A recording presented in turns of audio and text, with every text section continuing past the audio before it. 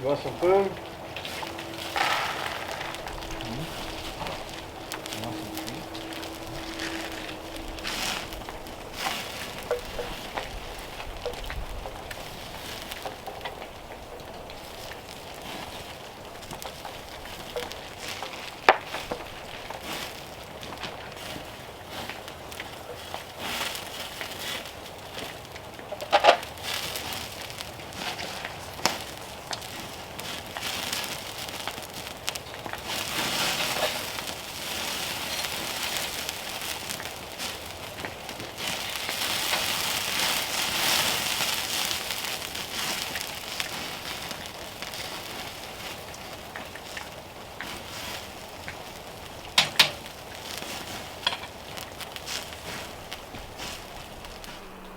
I guess you can hear that road crew down there. They're actually cutting up trees from the snowstorm.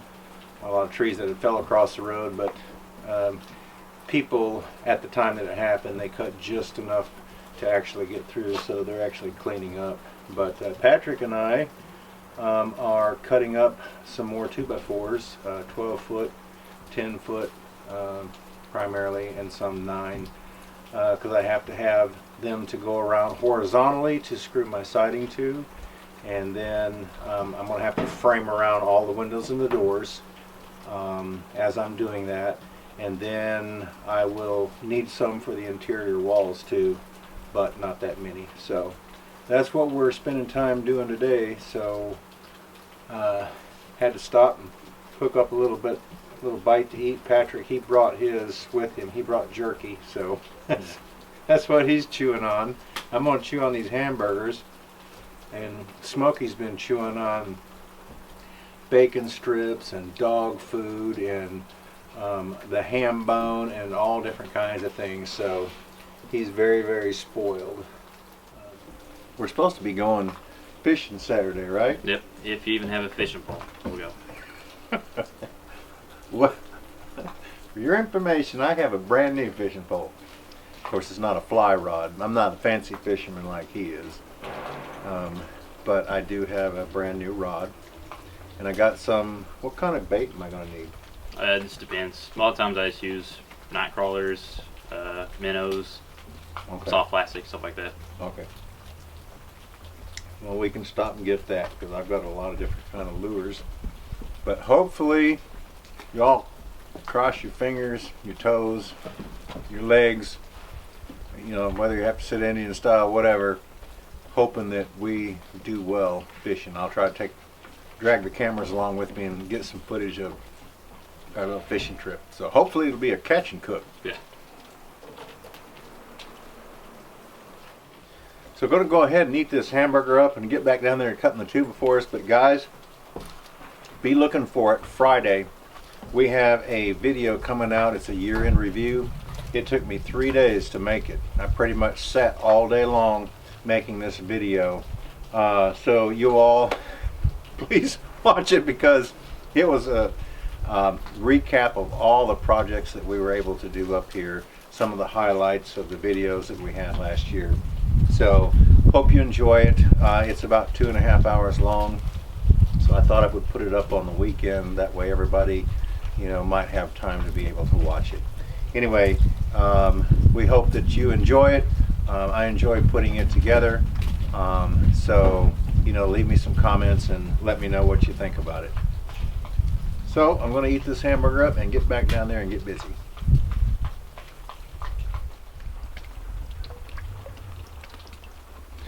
So that's what we look like when we sleep inside the sawmill.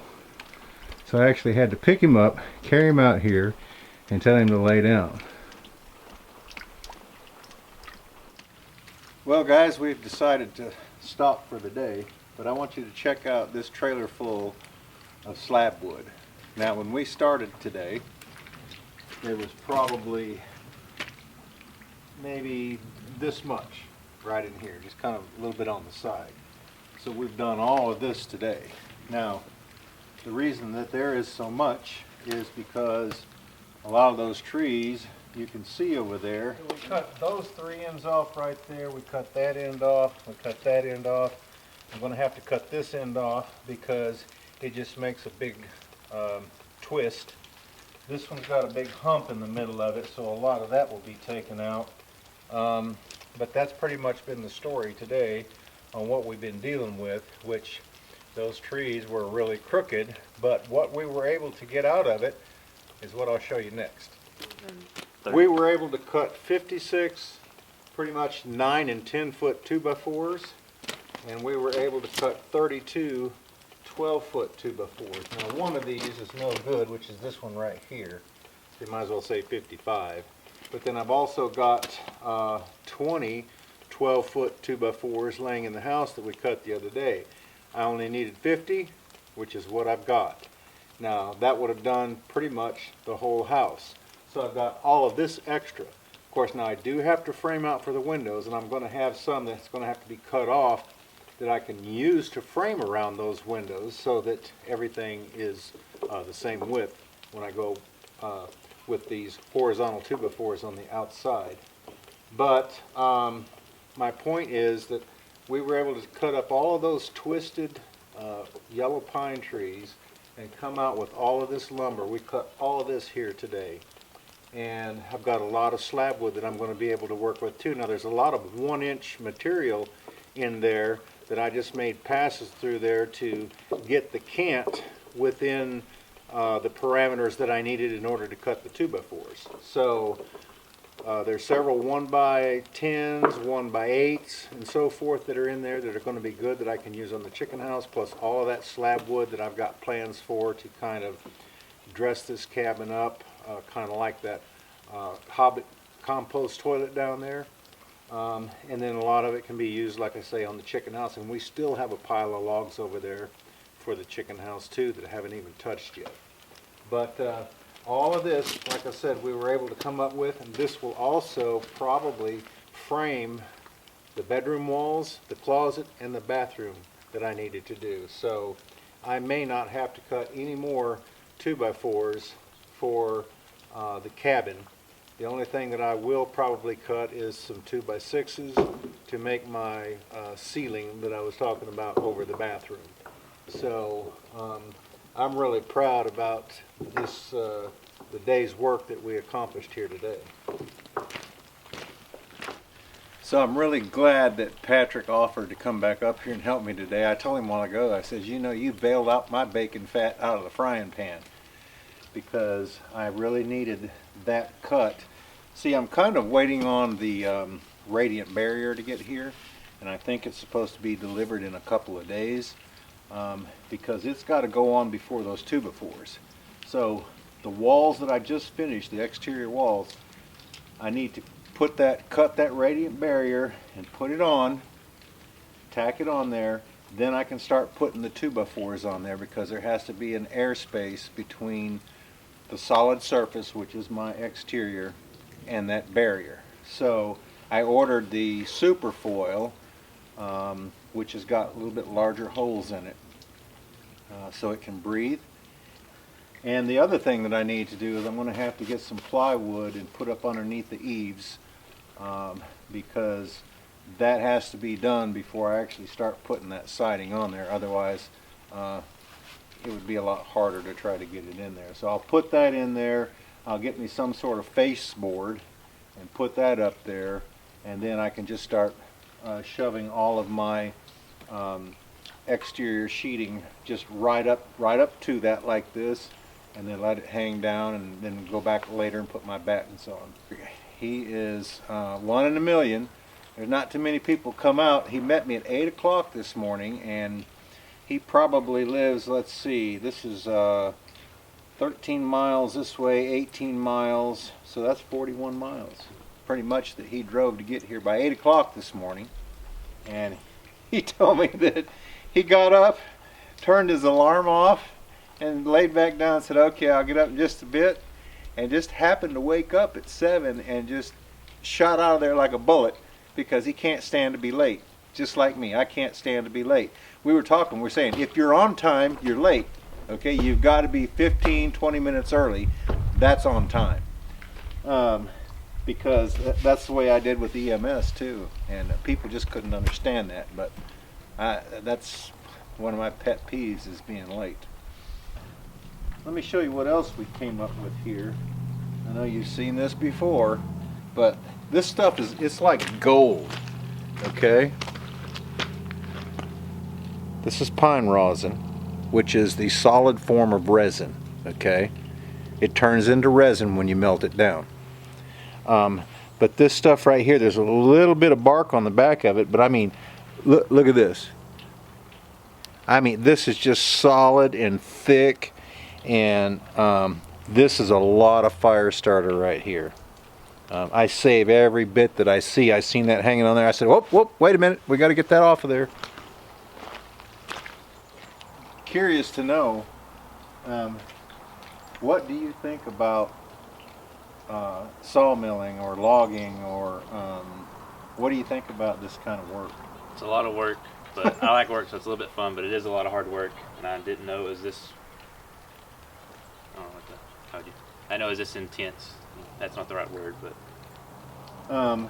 Well, I mean, a lot of it, you know, it's funny too, because sometimes when you saw a tree, like those 2x4s, for example, you put one tree on there, you square it up, get a nice cant, start milling out your 2x4s. You stack a couple together, you pick them up, they're light, right? Then you put another tree on there, which basically looks the same. Okay, you put it on there, start milling it out, get a nice square cant, start cutting those 2x4s, stack two up there, and then you're like, ugh! Yeah. Because they're heavier. It's the difference in, you know, whether or not, I mean, like for example, you see this one right here? There's a lot of resin in this one, which is going to weigh more, okay, as opposed to one of these that are a little bit more white, all right? So, and then the fact too that the tree may have been kind of dying, you know, when it was standing and so forth. So there's a lot of factors that go in there, but yeah, I could tell sometimes when he was picking those up, I'd look at him and I'd say, are those heavy? And he goes, oh yeah. But you think he'd want to do this for a living?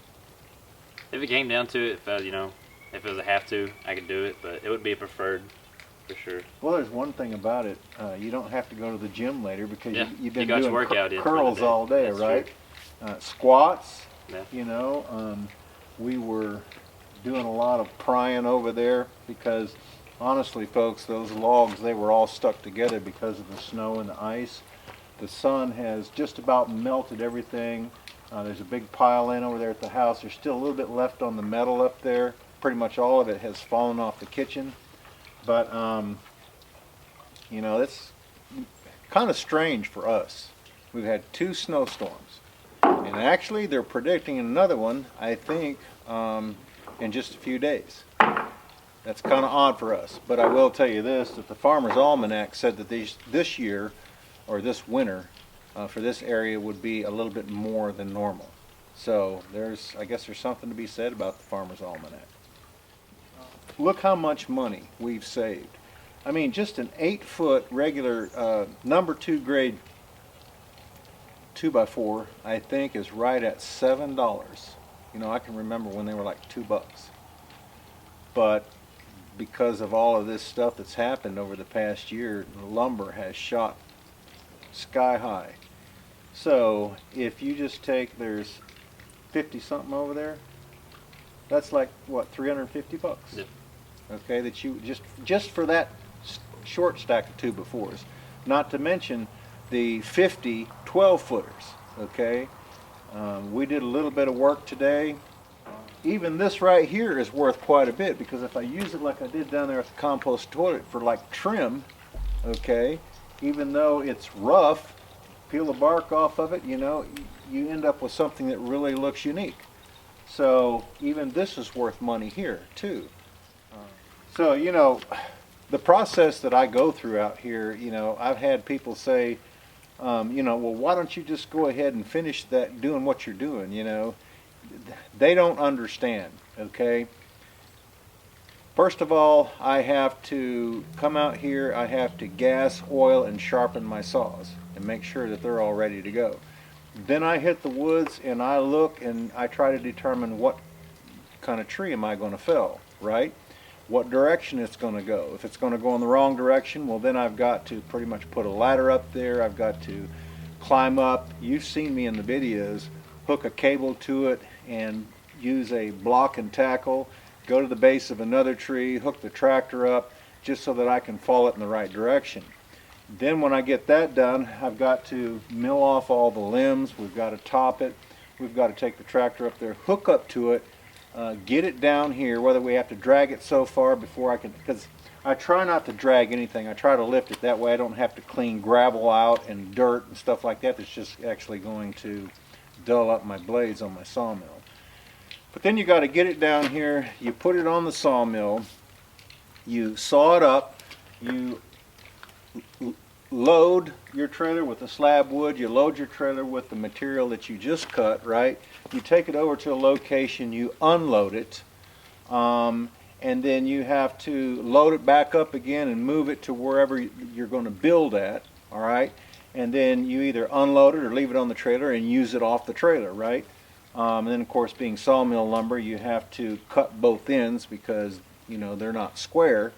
But that's the process that you go through. And when you need more material, you have to go and redo, you know, it's easy to just run into Home Depot or Lowe's or someplace like that, back up there and load on however much you need, take it and drive your vehicle to the job site and use it right off the truck, or unload it and use it there.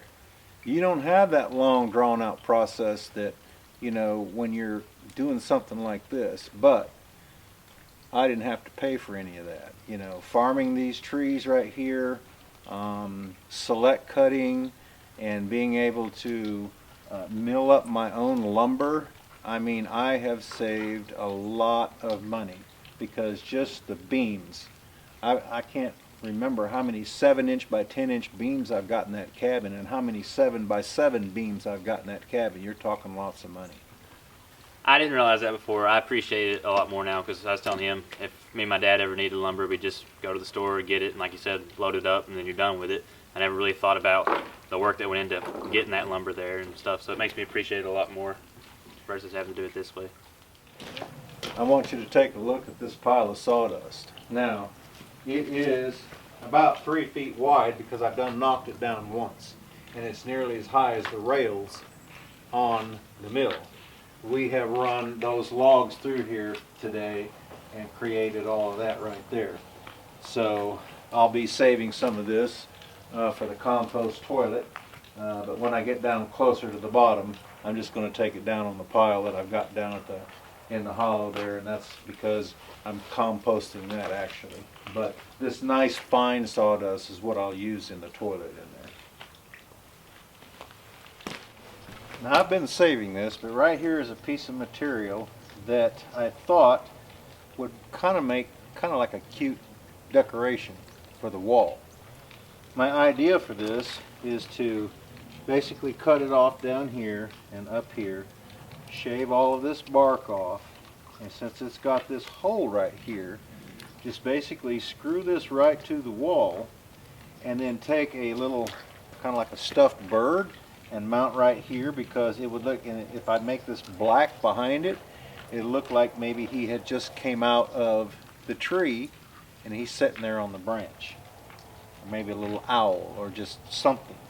But I thought I would save that because that's what first came to my mind. Now let me show you another piece of material.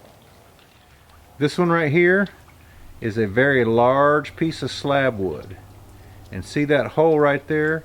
It's probably 10 inches long and at least 6 to 7 inches wide, and then it goes right back into the slab just like normal. So that right there was where a limb used to be that came out of the tree. This piece of material is made almost just like the other one, only it's longer. I thought I'll be able to cut this off and cut that off and maybe stand up something like that also and use this in the same manner. I don't know. We'll just have to see, you know, how much material is underneath this bark, because some of this bark is really thick. So I'll have to see how much material I've got to work with. But you know, when you stop and think about things like that, you could actually make a craft out something pretty cool. Alright guys, these are the blades that I have been using since I've been up here working on this outpost. Some of them, as you can tell, I've got about 4 of them there that are actually busted. I think I gave my neighbor a couple of them. He was going to make some fillet knives out of them because the metal, you know, is kind of thin.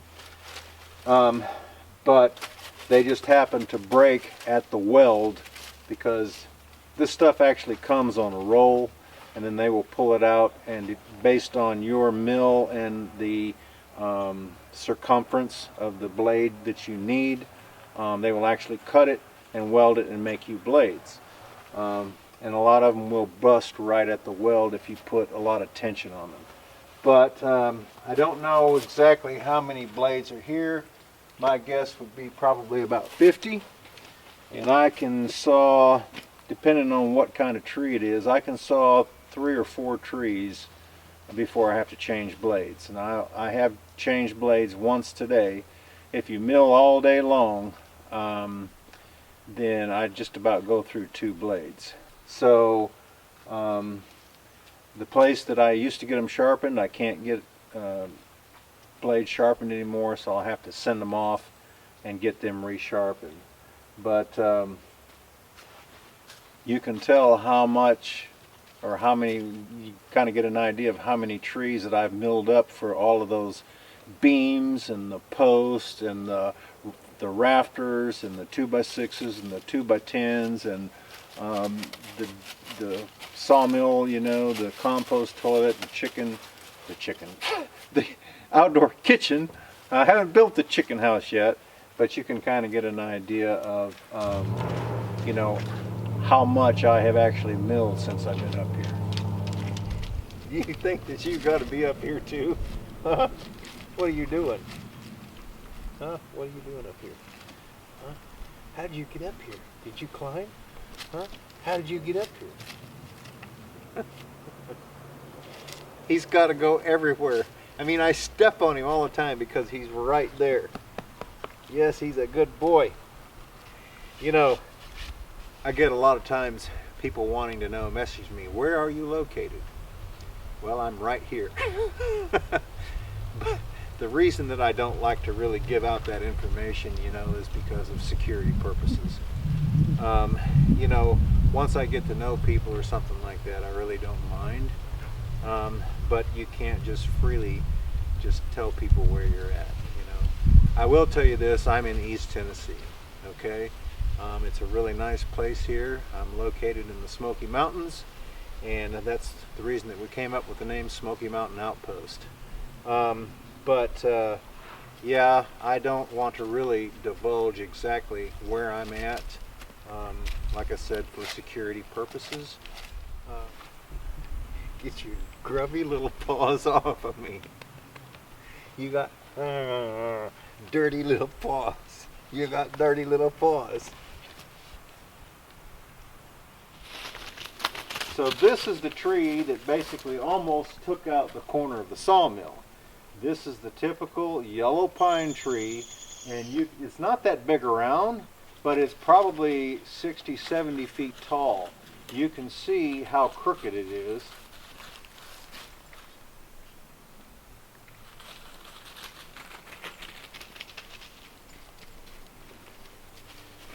I just noticed that right here is a great big pine knot that I could probably do something with. I like getting things like that and making stuff out of it, so I'll cut that off right there. But, you know, I was talking about the slab wood a while ago. I've got a stack right there. I've got a stack right here. Now these are actually 1-bys, okay? They're 1 inch thick, but they've got live edges on both sides. I can run them back through the sawmill and actually get some nice usable lumber out of that. Then I've got a stack right here, basically that does have some 1-bys in there, but a lot of it is just the outer edges that I trimmed off that I can use for other projects as well. So, you know, once I bring that stack that's on the trailer down here and start a new stack, you know, I'm just stacking money, basically, because they will be used on all the different projects that we've got going up here. And I've still got 2 stacks of logs that are primarily poplar logs that I'll be using for a lot of different projects as well.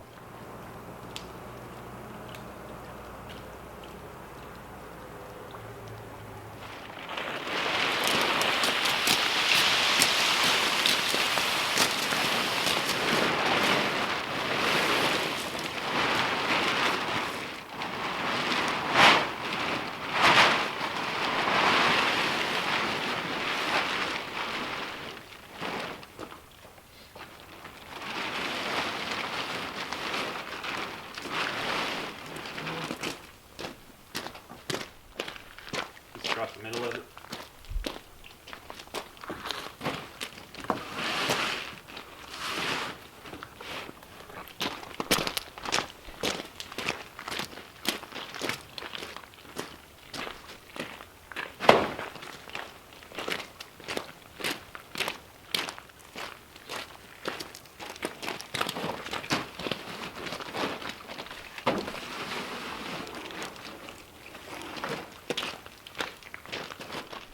Guys, we're going to go ahead and call this a wrap here. I wanted to share with you a little bit about what we're doing here behind the scenes on the logging and the milling up of the timber and how I go about getting it and all the different aspects of, you know, Milo's, which is right there. His is in town. But no, I mean, anytime you need any lumber, you're welcome to come out here and get it. I was asking him earlier if he needed a mantelpiece, because the mantle that we made a few videos ago for one of my good friends, we've still got some of that same material, and I've got a piece in there that I'm actually saving for my mantle.